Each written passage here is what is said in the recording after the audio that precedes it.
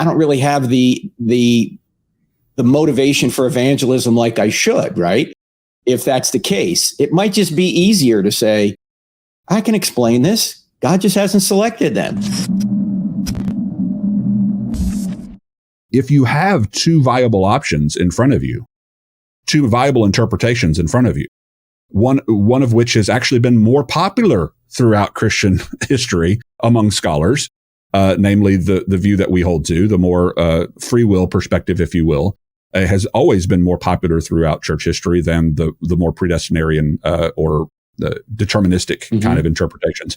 If you have both of those in front of you and you're actually studying the best of both scholars from both sides, why would you choose the one that seems to make God the author of sin, that seems to impugn his character, that seems to possibly undermine other very strong texts that indicate God's frustration for when we don't choose to follow him, and the wrath of God and the punishment of God for doing things that he's supposedly determined for you to do that you couldn't help?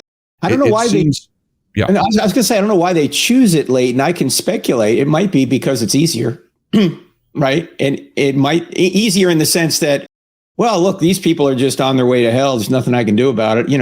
I'll throw a Bible verse at them, see if maybe they'll respond. I don't know if they're elect or not, but gee, if they don't respond, I guess they're just not elect. So I don't really have the motivation for evangelism like I should, right?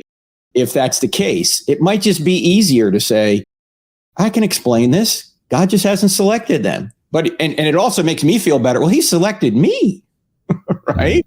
He selected me, and I don't really have any free choice in it. But gee, I'm pretty special now. Okay, I'm speculating. I'm not a Calvinist, so I don't know what's in their head. Maybe it might be that they've never heard the other side. That could be the case. Maybe they haven't tuned into Soteriology 101. Yeah. Well, I think if back when I was a Calvinist, I would think it was probably the latter. I hadn't really been introduced to the other side, and therefore I adopted that interpretation because it was the one introduced to me first, and so that's the reason that I adopted it. I don't think I ever had the motivation of being lazy or trying to avoid evangelism when I was a Calvinist. I don't ever remember that being a motivation. Though it could be the motivation of some, I have no idea. We can't read the minds of Calvinists as to why they choose one particular interpretation over another. It's just been my experience in the time doing this that very few of, especially the young internet type Calvinists, have actually given time to really examine the deep theological, robust scholars from the other side. Yeah. They have mostly kind of surrounded themselves in an echo chamber of other Calvinists telling them what the other side believes.